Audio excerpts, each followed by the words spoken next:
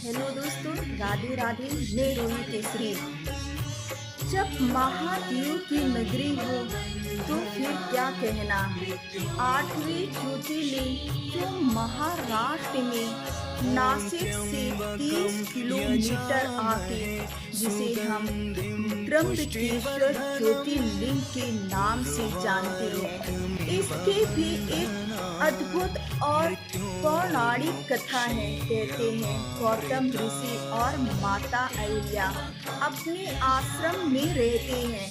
एक दिन गौतम ऋषि की स्त्री से कुछ ऋषि मुनियों की स्त्रियों से बहस हो जाता है, जिसके कारण वो सबको क्रोध आता है और जाकर अपने स्वामी से कहती हैं, क्या आप उन्हें इसकी सबक नहीं सिखाएंगे।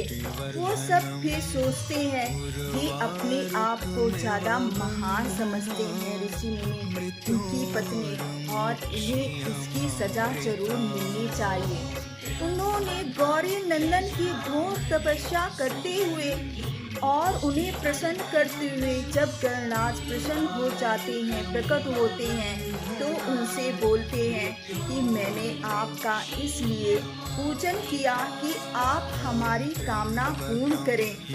गौरी नंदन ने समझाते हुए कहा, ये ठीक नहीं है और ये प्रतिशोध त्याग कर कुछ और मांगिए आप मुझसे। मगर ऋषि मुनि अपनी हट के आगे उन्होंने कहा, मुझे इसके सिवा कुछ नहीं चाहिए, चाहे तो आप यहाँ से चले जाएं। मगर कहते हैं एक बार अगर तपस्या हो गई, स्वयं दाता आ गए, तो वो बिना दिए नहीं जाते हैं।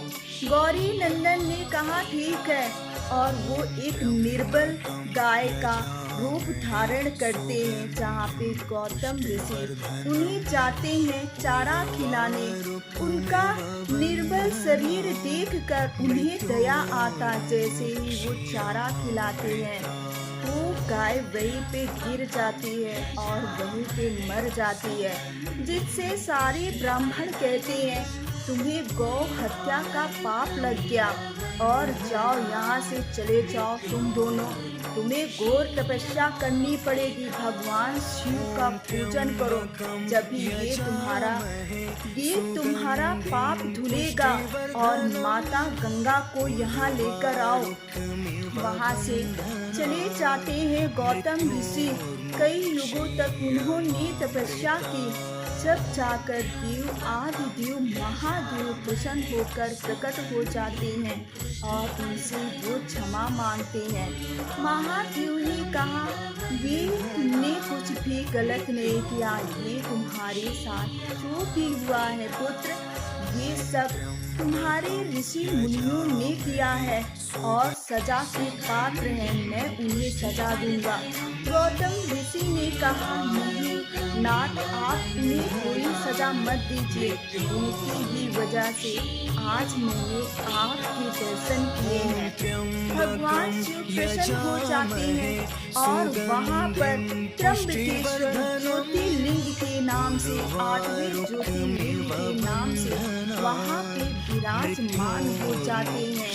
गौतम ऋषि ने अपने इष्ट देव महादेव से प्रार्थना करते हुए कहा कि आप मुझे से अगर प्रसन्न हैं तो मुझे एक वचन दीजिए, जो भी आपके दर्शन के लिए आएगा उसका आप कल्याण करेंगे।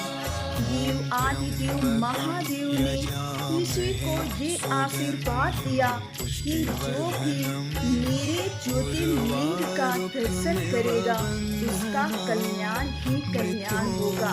और ये ज्योतिर्लिंग हमें गौतम ऋषि माता अहिल्या की याद दिलाती है, जो उनके द्वारा स्थापित हुई है। बोलिए हर हर महादेव।